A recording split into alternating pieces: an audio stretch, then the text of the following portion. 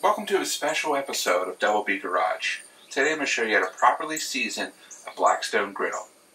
Today we're here with the Blackstone 36-inch 4-burner model, only available at Lowe's. Some of you may have gotten this as a holiday gift this year.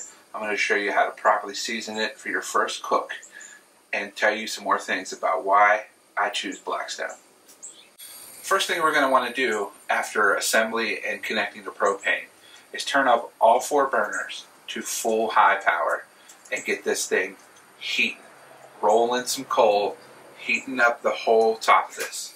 I'm going to be using olive oil in this seasoning today. You can use your oil of choice. You can even use the Blackstone branded seasoning paste if you like. I've gotten similar results using both olive oil and the Blackstone. One precaution you're going to want to take is make sure you don't apply the oil with your bare hands. Either use a glove, or today we're going to use some barbecue tongs to make sure that you don't get burned. I happen to have a nice lifelong scar on my right hand from the first time I seasoned a Blackstone Griddle without using tongs, so heed my advice, you will get burned.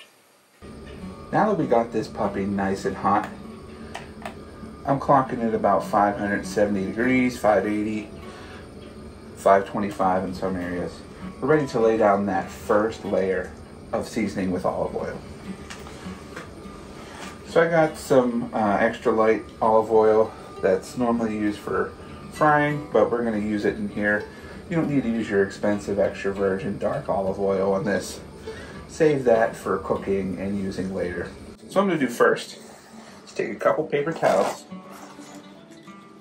I'm going to fold them into kind of an application pad so that we don't have to touch it.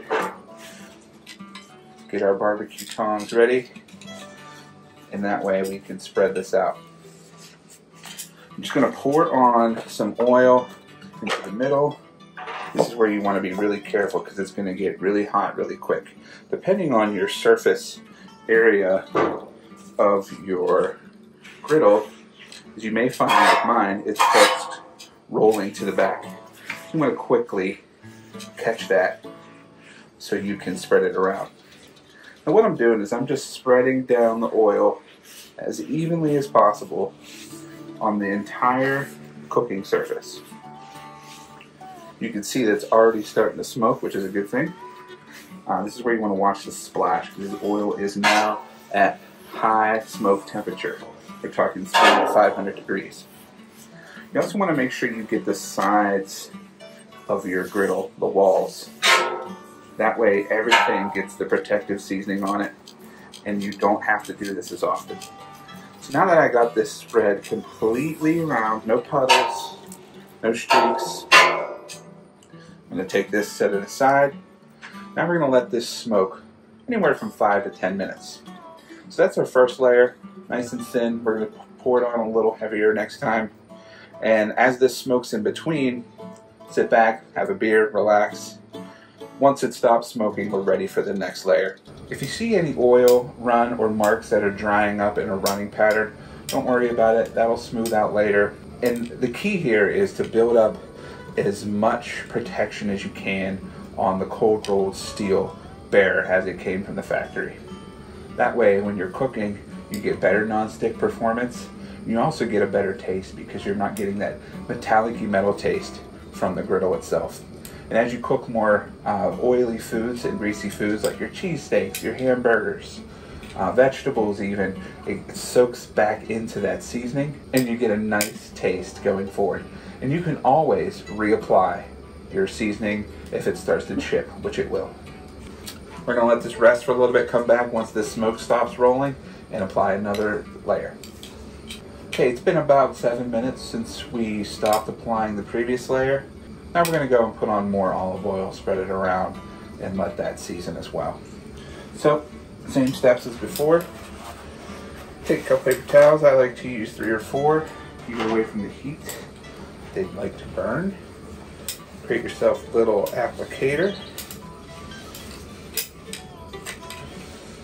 I always, from previous experiences, I always prepare my tools before actually diving into the hot oil because once you're Once you're live, it's a quick process.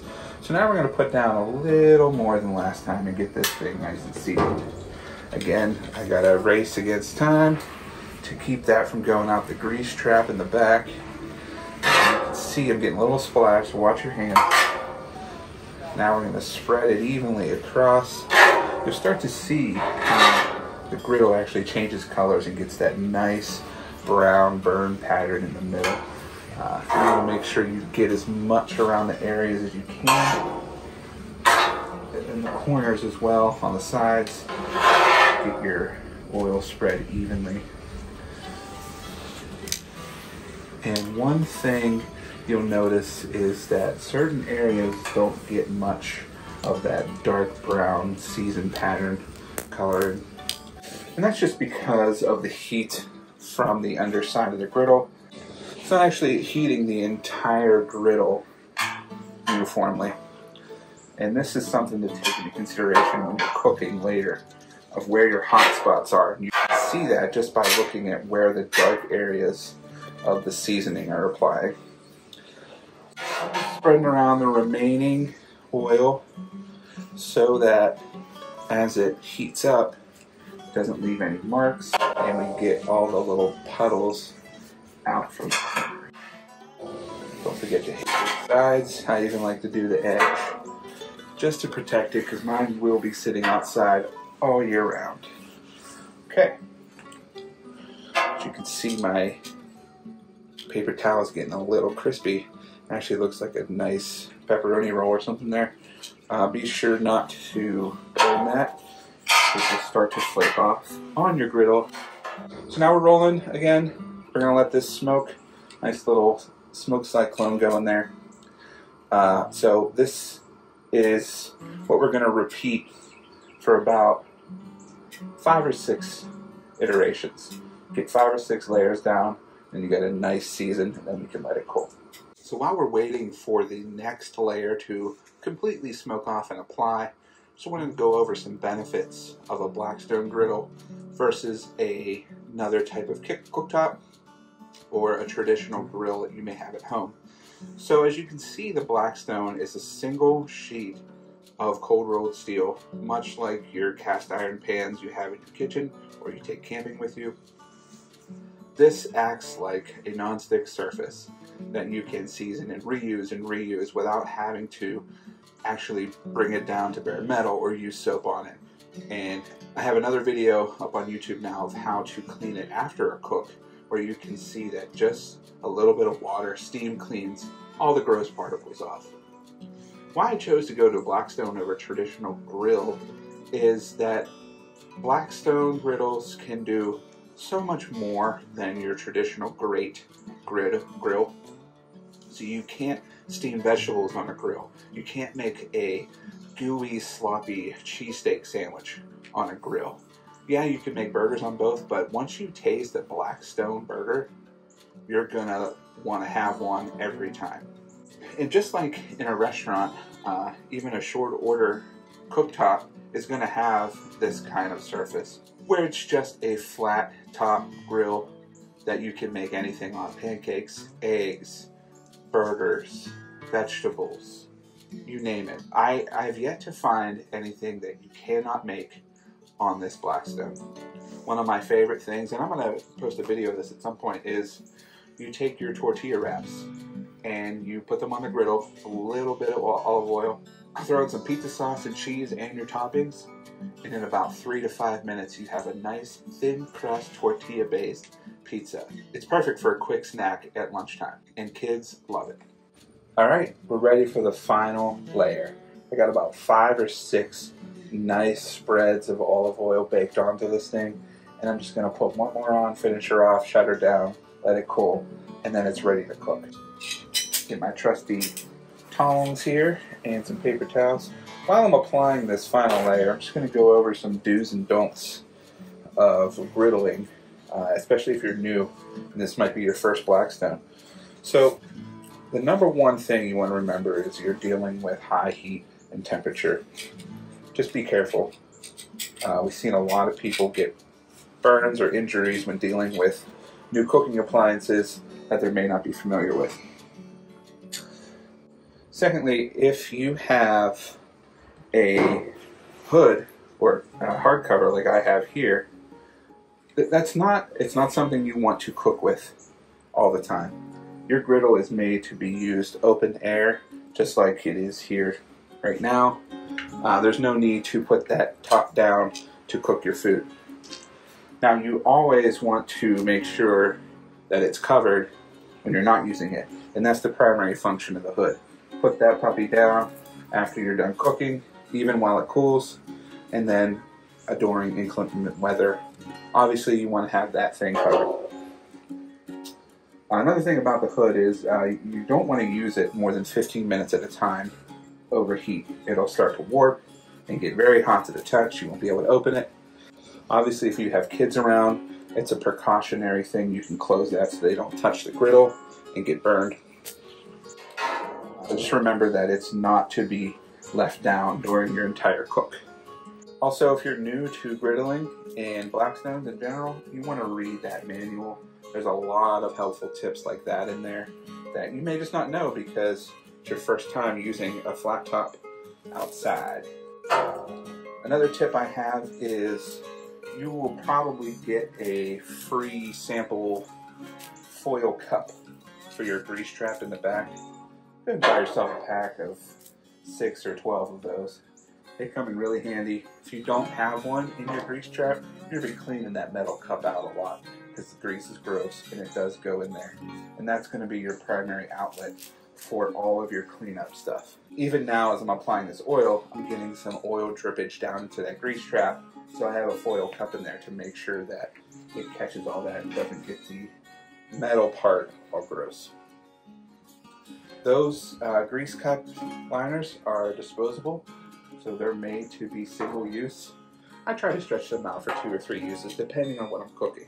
You'll find that if you're cooking something that's not very high in fat, like chicken or vegetables, or something that's pre-cooked already, maybe you're reheating it, you're not going to have much discharge into the grease trap. You could probably stretch that to the next cook or a couple cooks after that. If you're cooking burgers or steak or anything that's going to produce a lot of grease, you're going to want to throw that away afterwards. The nice thing is once you let that cool, you can just toss the whole thing in the trash and there's no spillage or nothing because it hardens to a nice paste. If you're cooking bacon on your griddle, you're going to get a lot of runoff. But if you're using pure bacon and nothing else, you can actually let that grease cool and reuse it as a lubricant or a fat source for something else. Works great for creating non-stick surfaces. I'm just cleaning up this last layer, and I can feel as I go through the middle that this paper towel is starting to stick, which means that layer of oil is already applied. A couple other tips. The sides of this griddle get very hot. I can feel, if I can show you here with this temperature, I'm pushing 150 degrees just right here on this edge. Keep your tools, your cookware, your supplies, your food pretty far away from the side. Same goes with the other side if you have dual shelves. Keep your paper towels out of there. This will get hot, this will melt your tools, it will make your butter melt. Anything you have in here is going to get really hot. As we get out to this area, it starts to cool and we can set things there safely. If you have a need for a bunch of tools out in your Blackstone, I recommend getting a weatherproof case like this. That way you can store things in here like foil cups, spatulas, some non-stick spray, seasonings, whatever you want, extra tools, extra old paper towels, throw in there, and you can keep it just right under the bottom of the shelf.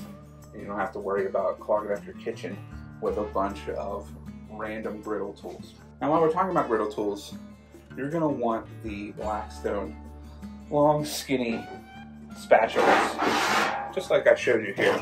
So why this spatula is great is because it can hold a lot of material you're flipping, and it's perfect size for this type of cook. It's not your normal grill spatula that you need to flip burgers with. This is a scoop and flip, or a mix, or a chop. You can chop up your steak, or you can chop up eggs and scoop them into a nice omelet with this. And when you get the big long steak sandwiches, which this thing is great for, you can easily scoop and flip with this. If you have a culinary model, you can magnetize them to the front for ease of use. Got a nice gun holster there.